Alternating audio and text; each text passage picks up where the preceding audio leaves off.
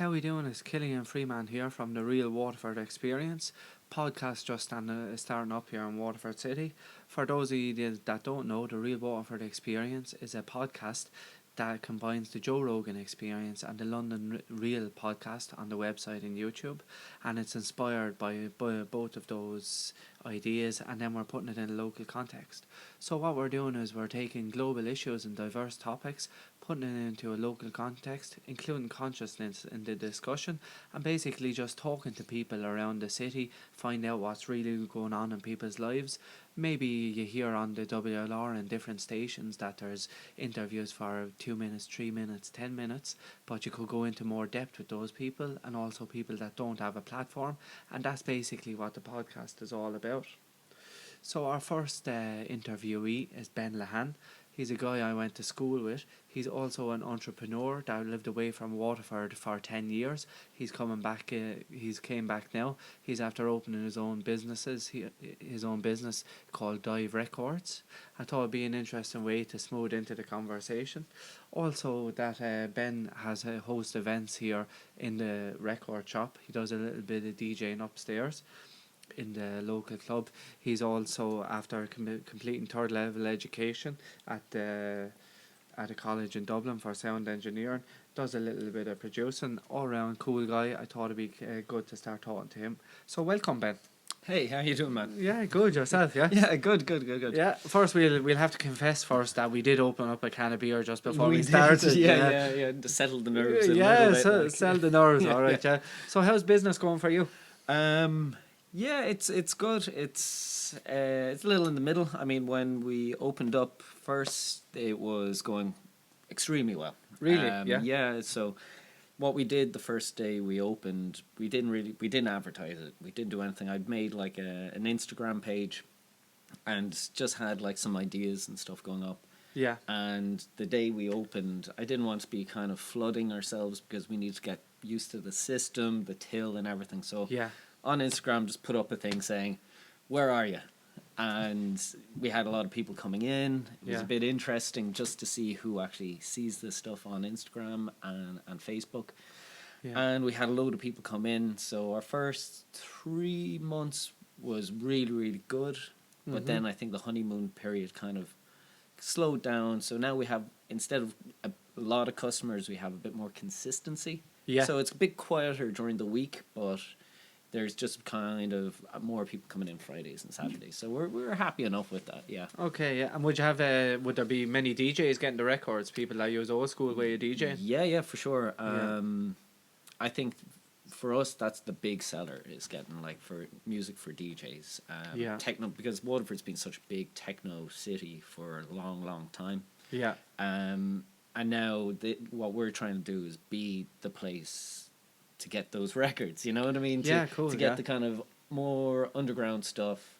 You don't have to go to Dublin, you don't have to go to Cork to get them, or you don't have to buy them online where you have to spend maybe €7-8 on shipping and all that kind of stuff. So we want to be the focus and the place for everybody to come and get that cool stuff, you know? Okay, so you've done your market research, you know that actually there's a need for that. Yeah. I wouldn't have imagined now that people would have to travel to Dublin to get vinyl. And specific records. I would have thought that was the kind of case in the 80s and that kind of thing. Yeah, but, a little bit, man. Yeah.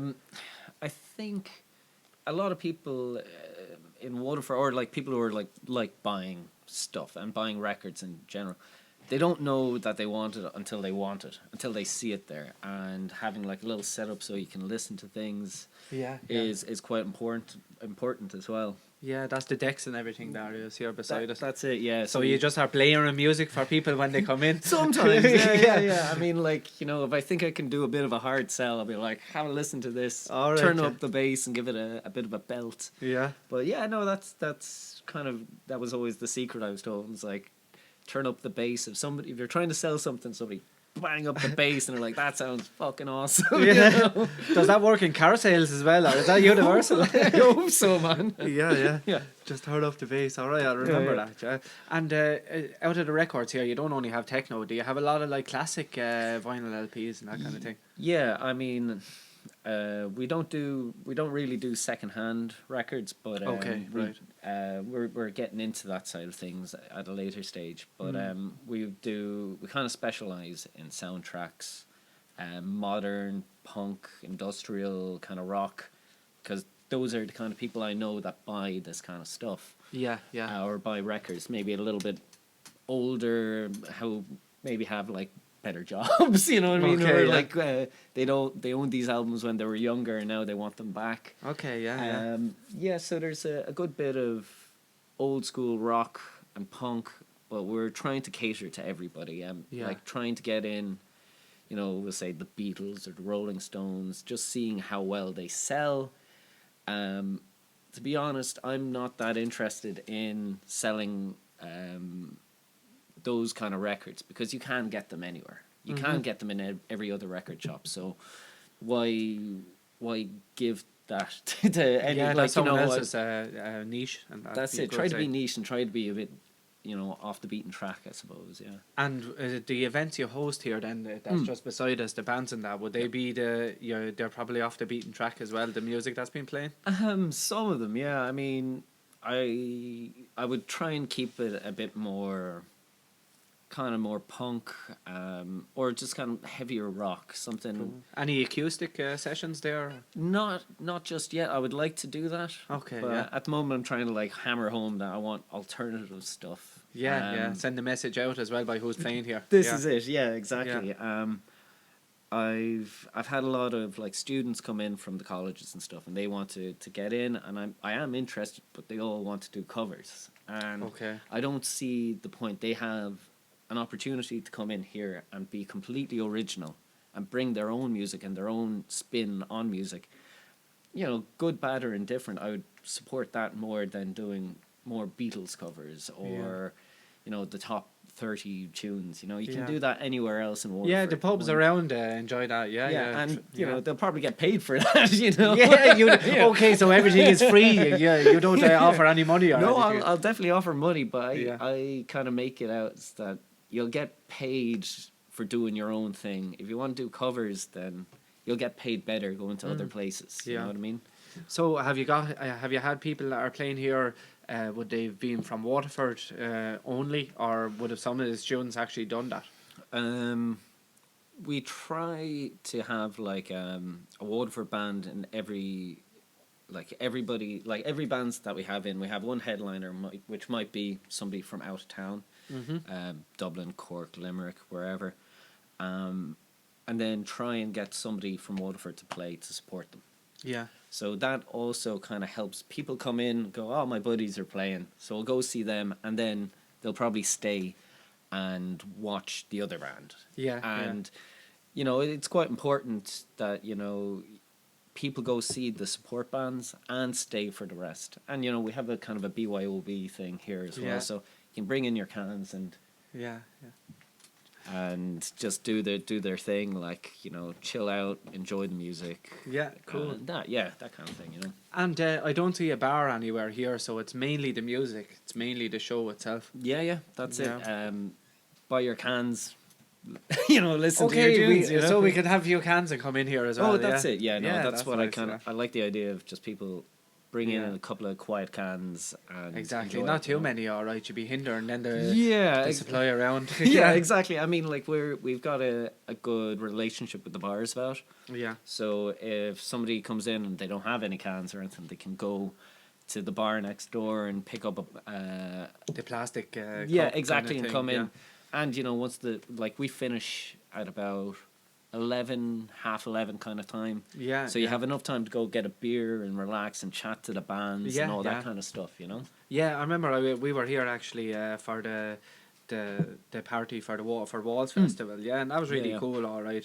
Actually, the whole town was closed. There were still 2 or 3 of us outside. That's right. Hanging around. Yeah. The plastic glasses and that is great. All right, to be able to just walk around a little bit. I remember the first place I started doing that was Dublin about 10, 12 years ago. You know, coming down here, you know, you get broken glass and other places as well. It's not Glass really everywhere, yeah, for sure, It is man. better just if you're going outside, fill up plastic cup, like, and it's less hassle if you knock it, it's only wet on the street. Yeah, that's it. Yeah. Now, so you opened up the business, but you have the education in sound engineering. I do, yeah. I remember you years ago because we went to school together, and when I came back, I moved abroad for a little while. When I came back when I was 20, you always seemed to be walking somewhere. You were just always. Where were you going? I don't know, man. I was because I couldn't afford a car or anything, so I just I was living out in my parents' place, and so I was always walking into town or walking back from Blenheim, and so it was like good 2-hour walk basically. Right. I was always listening to music, so I spent a lot of time listening to music constantly. Yeah. But so when I was about 20 or 21, yeah, I decided I wanted to go to college, but I didn't know what I wanted to do. Yeah. So eventually, I think there was a FOSS course, or not a FOSS course. It was Back to Education. That was it. And I found out that there was Back to Education in Waterford and on Parnell Street in the college there. Yeah, the Tech, is it? The Tech, yeah. And they were doing, it was the first year that they wanted to do sound engineering, music technology. And I'd been kind of doing a little bit of that myself. I had a computer. I was banging out tunes. I was playing guitar since I was 14 or something like that. Cool, yeah. So I was doing that, and I was like, sure, why not learn a bit more? And in that time, I got into the course where technically I shouldn't have gotten into the course because you're not going to get someone in trouble in the Tech now. No, Was there a corruption thing happening there? Some sort of cronyism? No, yeah, kind of, man. But what happened was I was actually 20, and they need because I didn't do fuck all for my leaving cert. I wasn't big into education. It's not from that side of it anyway. So I basically flunked everything, and so I was like, I want to get into Back to Education, do this course, but I was maybe 6 months too young to get into the course, and they were like, so you need to have your pass your maths and do all this to get into the course. Oh, so you couldn't have been a mature student? Is that what they're saying? I was 6 months off. Yeah. And this was absolutely, I was devastated at that stage, and then I was like, you know what, I'm just going to convince them that they need me. How'd you do that? I just wouldn't leave them alone. And I was just like, you need me in this course. I'm 6 months, what, you're going to wreck a year of my life because of 6 months. So you use guilt, persistence, guilt. Yeah. Okay, yeah. Kept at it. Can do attitude, of course. Yeah. Always so smiling, even when they're guilty. This is it, yeah. So I ended up, I got in, did the course. I really enjoyed it. Sorry to interrupt you, but I think it was your enthusiasm got you in, was it? Maybe, I don't know. That's all that music you're listening to in the earphones, walking around, it's motivating, man. Yeah, exactly. Always going, always moving forward. Mm-hmm. Yeah. And after, so when you got in there, did you envision yourself having a music shop at that time, or? No, not really. Well, I mean, I didn't envision it. I mean, since I was a kid, maybe a teenager, I always I loved the idea of a record shop or a music shop or something to do with music. I was never any good at it, so I was I wanted to be a part of it. Yeah. And so I always wanted that, but it wasn't until much later in my life when I suppose in about 2009, 8 or 9. Okay. My dad. Before he passed away, he was saying to me, he was like, look, if you really think this is a good idea, I'll help support you and make this happen. Let's do a record shop. But that was, at the time, was basically a downfall of the music industry for a few years. Crash in the economy in the houses. Exactly. So everything went down. And you were living in Waterford at this age? I was, yeah. And BPM had just closed down. Yeah. And my father had saw, well, obviously there's a gap in the market. Yeah. Where I kind of saw it in the sense well, that's a good record shop and it's closing down. How can you, there's no way of competing. There was too many downloads. People weren't buying stuff. Okay. They were illegally downloading everything. Absolutely. Yeah. There was definitely music. There was people wanting it, but not in Waterford. Waterford had been hit so badly by, the downturn. there was no point. So I had to say no.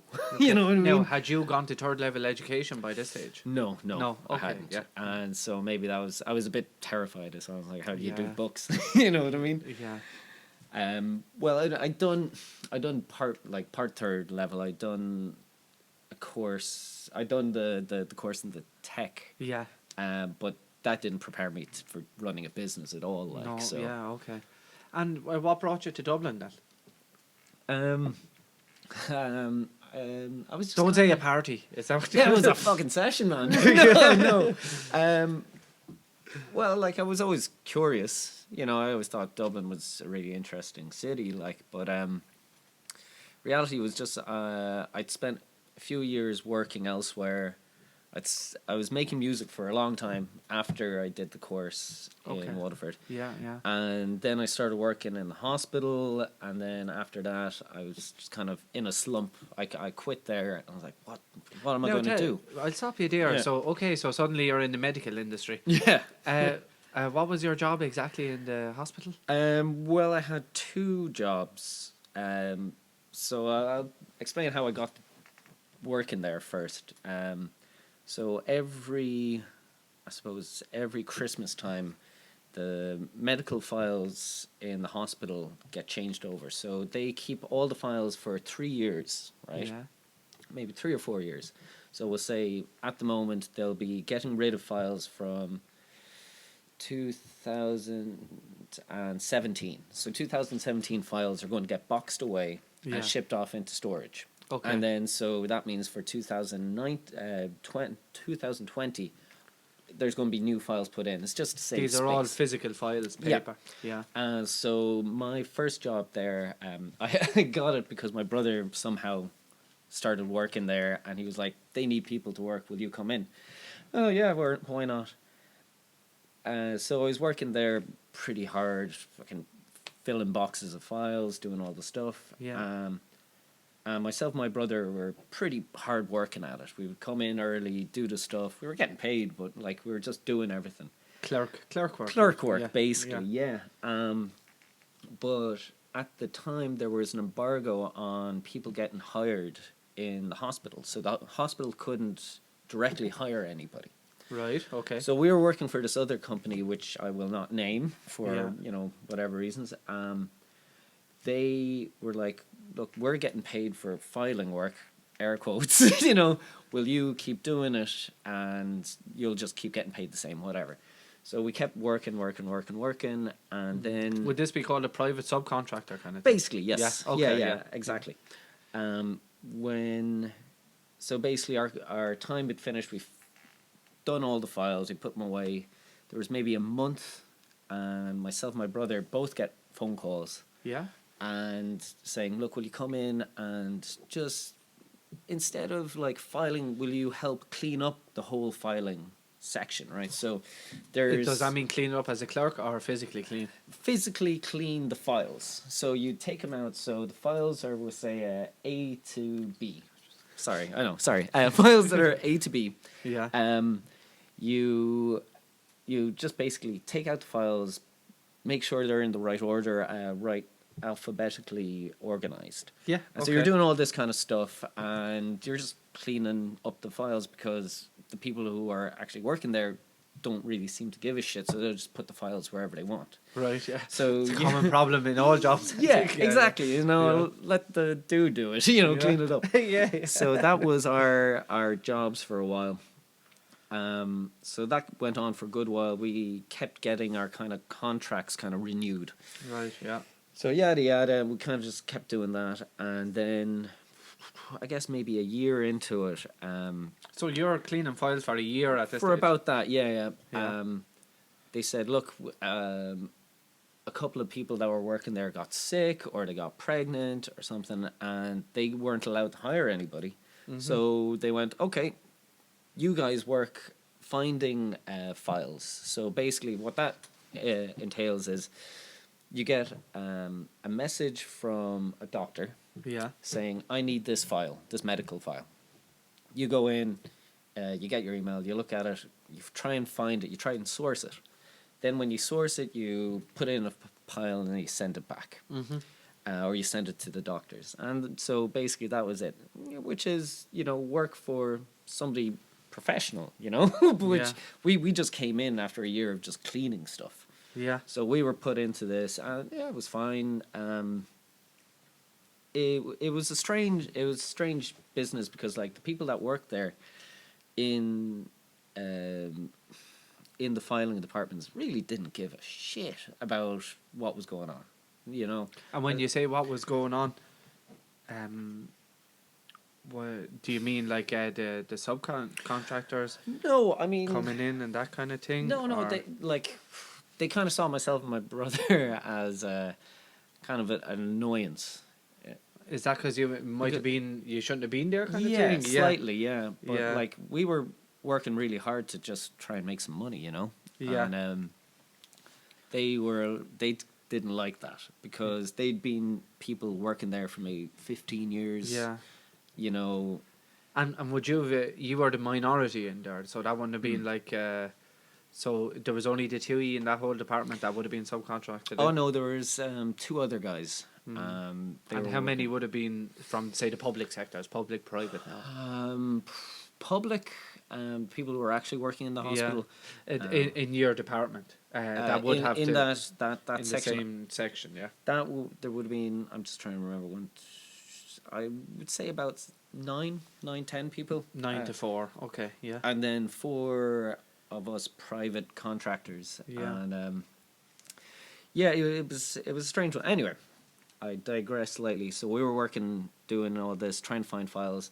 Then our next job was we had to find files for insurance companies in there. Yeah. And so basically what that means is you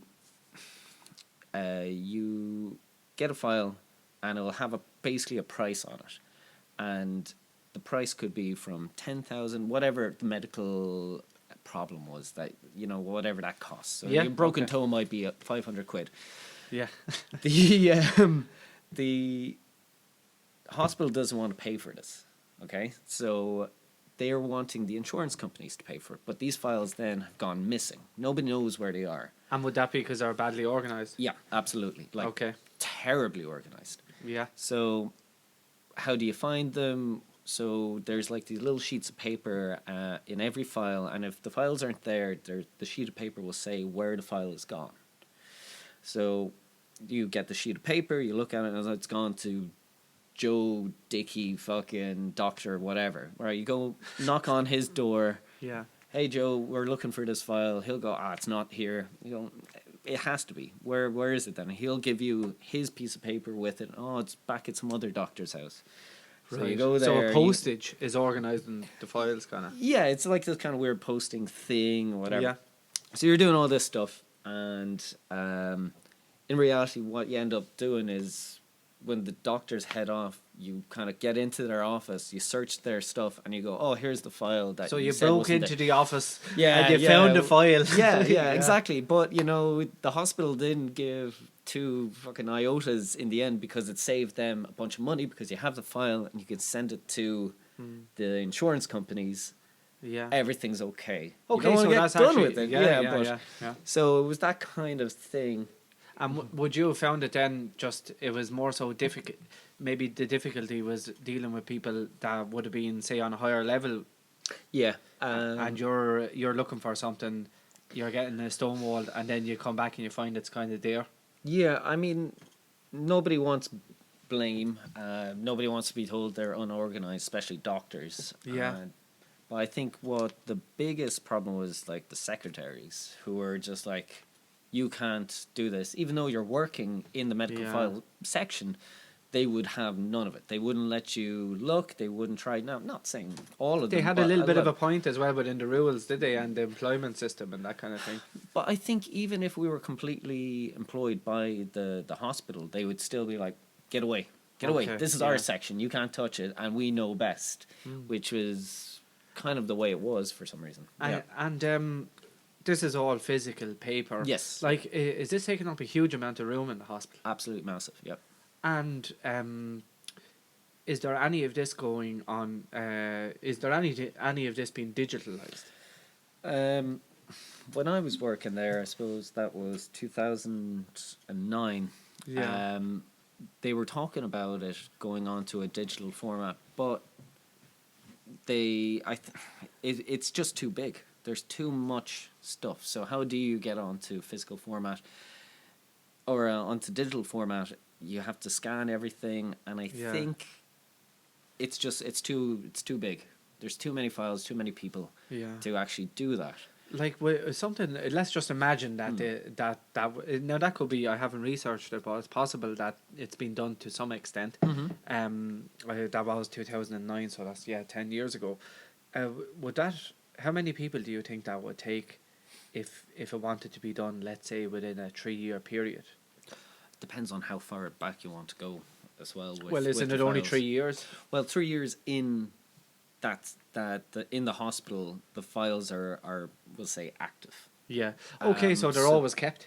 They're always kept, and like that was my job when I first got there, was to put the files in the box, and they get sent off to another place in Dublin, and they're just sitting there for however long, forever. I mean, are they building warehouses for this amount of files? Yeah. And that kind of thing. Yeah, that's amazing. I didn't realise there was so much of a physical mass. Yeah, that's like a subcontractor looks after all those files. Yeah. And so if you haven't been to the hospital in 10 years, and then you get sick, they have to make a phone call or write down some stuff, send it to this company, and they come and drop it off. Yeah. But they have to find that. And these warehouses are insanely huge. And would they employ many people, do you know, since they're so big?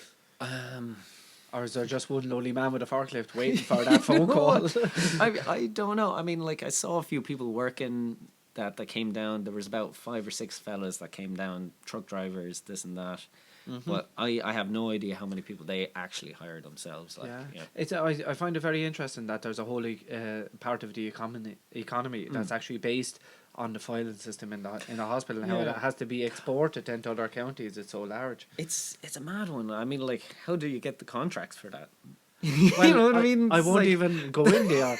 I'm just because I'd be thinking, how can we digitalize this and make it easier? But you don't want to go against the whole industry. No, of course not. No. Yeah. Like, I understand why you have to have the physical side, because, you know, if you lose everything off your hard drives or whatever. But, I mean, it's still crazy the amount of space they have to take and the amount of money it takes to just store all this information. Like, I wonder, are they rather than backtracking for the physical files, just start digitalizing, and you just have both, you know, and connecting it in whatever way, you know, to someone's to people's details, and that, so you have both, and eventually then only digital will be needed. Like, you know? I mean, like, it makes sense that, you know, and we'll have a lot of kindling. Yeah, exactly, burning people's files, no problem, man. Yeah.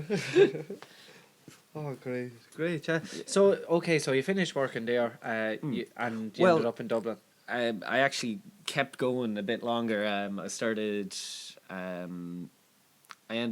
I was asked one day to start cleaning out the Xray Archives, which is basically another big room full of X-rays. And my job was to clean out the X-rays. And then, because I used to just come in on time, they were like, okay, you can just, like, run this whole section. Oh yeah, they were running the X-ray. So the archives. Section. So it was a warehouse full of X-rays, and my job was to, if somebody had broken a leg, I would have those files and I would store it, or I would try and find the files. Same thing, but different stuff in it. Like. Yeah. And I did that for about a year and a half, I believe, maybe 2 years, which was fantastic. It was a grand job. You know, you'd be sitting around waiting for work, passing out half the time. Yeah. You know. And how come you left then? Were you bored at this stage? I was absolutely bored out of my head. Yeah. What happened was, there was a few problems that I had. The hospital, I thought, was being run really badly, which it is. My dad was sick at the time.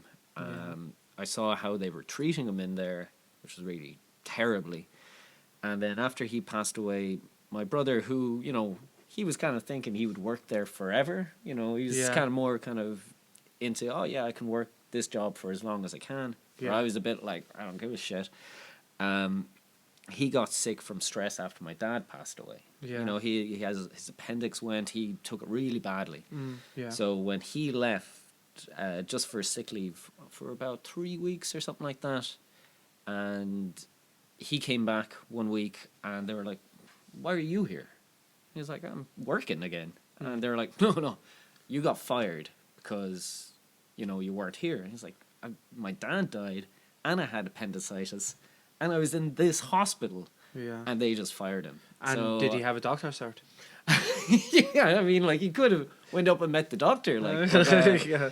But like this, it was just kind of the way they treated people that worked there. So kind of at that stage, I was like, look, like this. Bad vibes, not time for you to move. Yeah, exactly. It was time. It was done.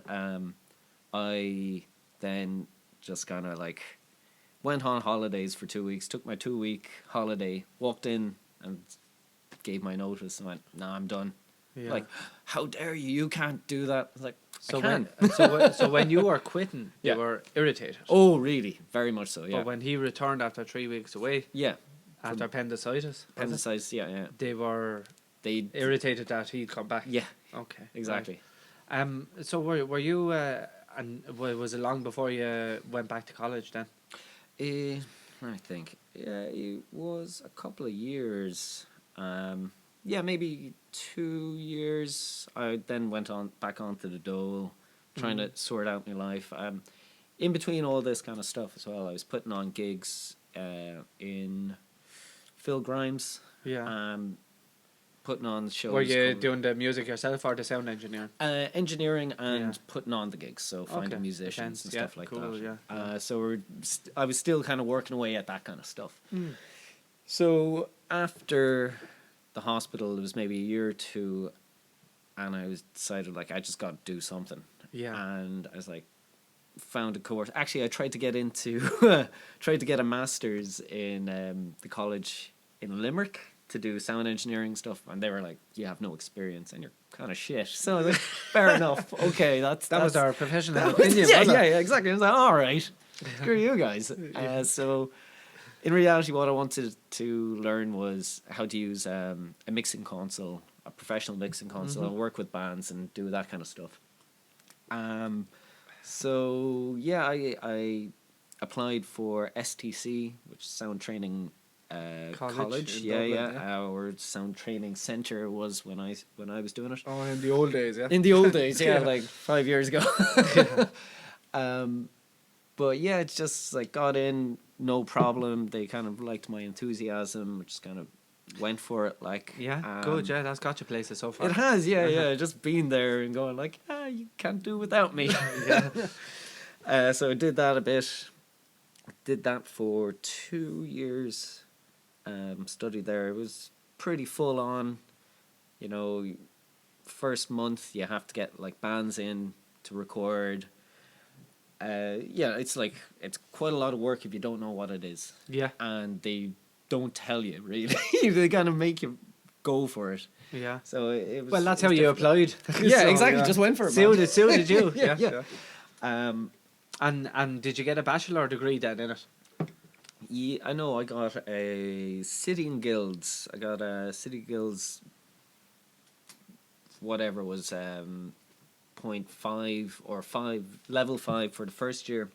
Then after that, it was a level 9 because it's like advanced engineering, music technology.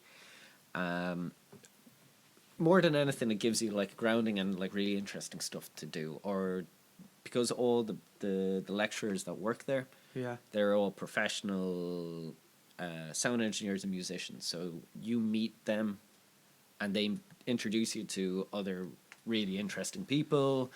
So very active education then. Yes, if the people working there are not only working there, but they're actually living that work. Yeah, absolutely. Interesting. But it's also a terrifying situation that these people are like working 25 years in the industry, and they still have to have a second job teaching. Yeah. You know, then when you see that in the end, you're like, oh shit, these people are real professionals, but they're still teaching. That's one That's view. kind of a... But is there not a one man, one job is not really... the economy has changed a lot, you know, in terms of, say, manufacturing and a 9 to 5. You know, people are connecting a little bit more, I think. Would you agree? And I mean, having 2 or 3 different things going on, like yourself, Yeah, for sure. at the moment, it kind of suits people more than... Well, I think on that side of things like engineering and teaching and this is that everybody has a computer now.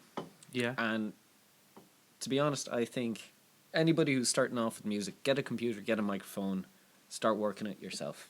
Yeah. Because you have all the power to make your own stuff. You have the software as well. Everything's there. And most of it is, you know, kind of free. Yeah, kind of free. Kind yeah. of free, Yeah. you know, within Do the you right... get to a point then where you surpass the software and then you have to start paying for it? Yeah, And absolutely. would that be before or after you could start putting on gigs? I think you should just do it yourself for as long as you can. Yeah. Until you don't want, like, until you think I'm not good enough or I want my sound to sound bigger. If you get, like, picked up by a record label, they might say go into a studio. Yeah.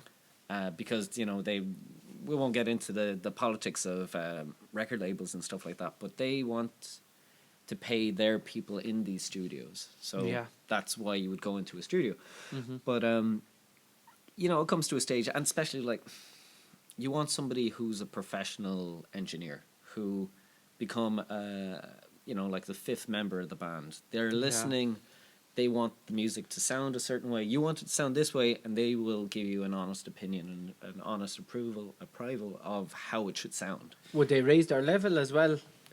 Yeah. Sometimes if they're good engineers, like one of the best engineers in the world, in my view, is a guy called Steve Albini, and he won't let you come into the studio unless you're rehearsed. You know what I mean? He's like, you're wasting your money and your time if you're not coming in not knowing your stuff. Yeah. If you're going in like, oh, I don't know what's happening, he's going to go, nah, head off. Just, you're paying me a lot of money.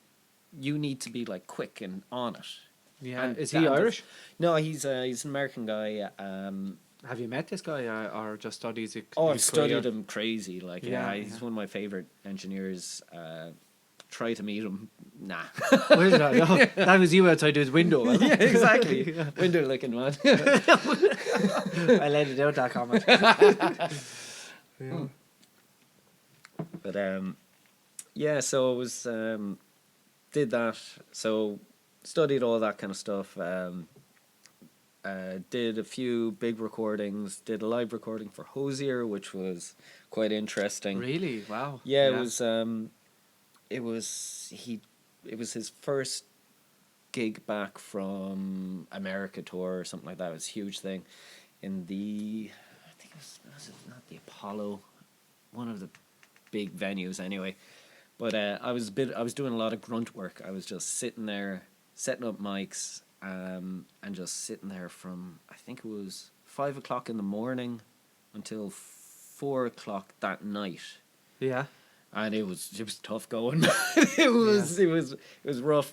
Like, you know, I didn't say anything. I just had to put mics there and look at a computer for the whole time. Yeah, and were you in charge of the actual recording itself? That I was there with another guy who was probably a little bit higher up, who was like, "Don't fuck up," you know. So you're seriously concentrated for about 14 hours. Yeah. It was a lot of work, man. But it was an interesting one to see. That's what that world was. Mm-hmm.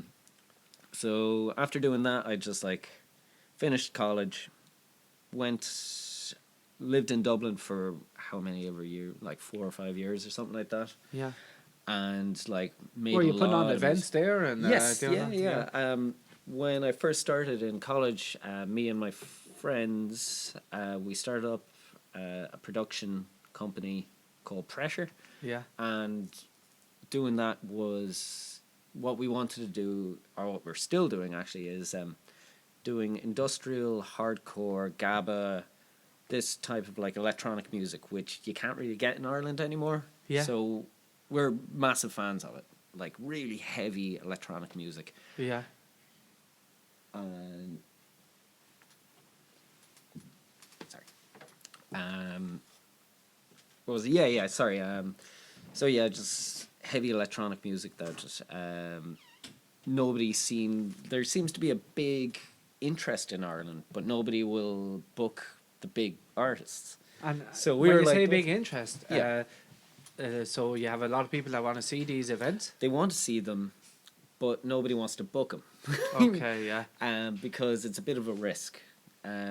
Like techno and electronic music is so big in Ireland. Excuse me. But nobody wants to go onto the fringes because nobody wants to lose money. Yeah, understandable, yeah. We're stupid enough to go, let's lose some money. Yeah, do it, yeah. Lose because it. like if I go to England or to Holland to see these artists, I'm going to spend maybe $500. You know what I mean? To do this. So if I organize a night, I might lose that, but I've now put something on my resume, and I'm like, well, now I have a grounding to start with. Yeah, you know, and it might be a success. Exactly. Yeah. Exactly. Why not just go for it? Yeah. Yeah, interesting. That might be something that's up and coming then, yeah? Yeah, well, I hope so. Yeah, we're doing it, 6 years now? So we'll see how it goes, yeah. And tell me, were you a little bit frustrated with Waterford as well before you left and you went and done all this? Were you, or was it just work situations? Were you angry leaving or anything like that, or was it just things were the way they were and this is the way you were going? I was just going. You were just going. I was just going. But when I was living in Dublin and I was coming back to see family and see friends and everything, yeah, I got frustrated then. Why is that now? Because I felt like I was kind of, because I left Waterford, people were kind of like, oh, you're living in Dublin now. You're that guy. Yeah. And that kind of frustrated me. And then like the things that I had in Dublin, like coffee shops and gigs and all these kind of cool things weren't really happening. Everything kind of started stopping in Waterford. Yeah. Now maybe I was a little bit frustrated at the time when I left, but I didn't feel that. I just wanted to go study. Yeah. And learn the next thing. Yeah. And I got frustrated, and I came back one Christmas, and there was a record shop called Soul Dance. Was it Soul Dance or Soul Records? Soul Records. There was a couple of lads were doing stuff, and they were never open. And I was like, I went to see if they were open again. Nah, apparently they'd been closed for years. I'd missed it, you know. And I was like, fuck's sake, somebody in Waterford should open a record shop. Fuck's sake, like. And then I just went like, you do it. Yeah. You do it. Stop being the fella giving out and just do it. Yeah, yeah. And I was like, okay, that's it. That's just it. I have to do it now. And things were going good in Dublin at this stage. They were going pretty good. Yeah. I think maybe that was like the wrong time to leave or the right time. I don't know how it works, but I just did it. Bring those good vibes with you. Yeah, exactly. Cancel out your angry ones. Yeah. I'd made a few bucks and was just like, why not go for it? Yeah. So moved home. Also, rent was going up in Dublin. It was going crazy, and myself and my partner were just like, why not give it a shot in Waterford for a while? Yeah. And so after a year or two of planning and, trying to save up money and stuff, we just like got this place here on John Street. And just went, okay, let's go for it. Let's just try. Yeah. Yeah. That was your business plan? Yeah. Oh, try. Okay, yeah. You know something? I think we'll end it with that. That was Okay. it, yeah. Oh, try. Okay, yeah, good, yeah. Sorry, I got belted on about the hospital industry a little bit too long. No, Sorry. that's all right. It was, you know something, it was really interesting to hear that as well from a clerk perspective, someone in the subcontractor, and also your different experiences. It was just I didn't realise I didn't know this about you before we started talking. Know it years, and it is good to hear. Grateful as well for the venue for hosting the podcast. Now, before we close it up, is there any events happening here soon? There's an event in the shop on the 25th of October. Yeah. And we have alternative music. Yeah, it's like a band from England. Can't remember their name now. You can't remember. Of course, that's that beer we're after drinking. That's it. Now, yeah, it's put me on. But after that, on the 2nd of November, we have Toyman playing in Project, which is hardcore industrial techno. Going to be a massive, great gig. Come to that because I'm playing at it too. Okay, you're winding up towards it. Yeah. So we have that. That's the big one that I want everybody to go to. And that's it for the next little bit. Yeah. But any more event? You were doing an event with O'Grady's Yard as well for a while, weren't you? Or yeah, we were doing pop-up record stores, but that has stopped at the moment. Yeah. The woman who was putting it on for us, she's changed jobs, and I haven't gotten in contact with the new management or new person working on it. Yeah. Ah, well, I think you have enough going on at the moment. Yeah, I think so too, man. All right, thanks very much. Cheers, man. That's the sound of us shaking hands. Yeah, all right. Yeah, there we go. All right, talk to you soon. Dive Records, Ben Le Hanne, thank you.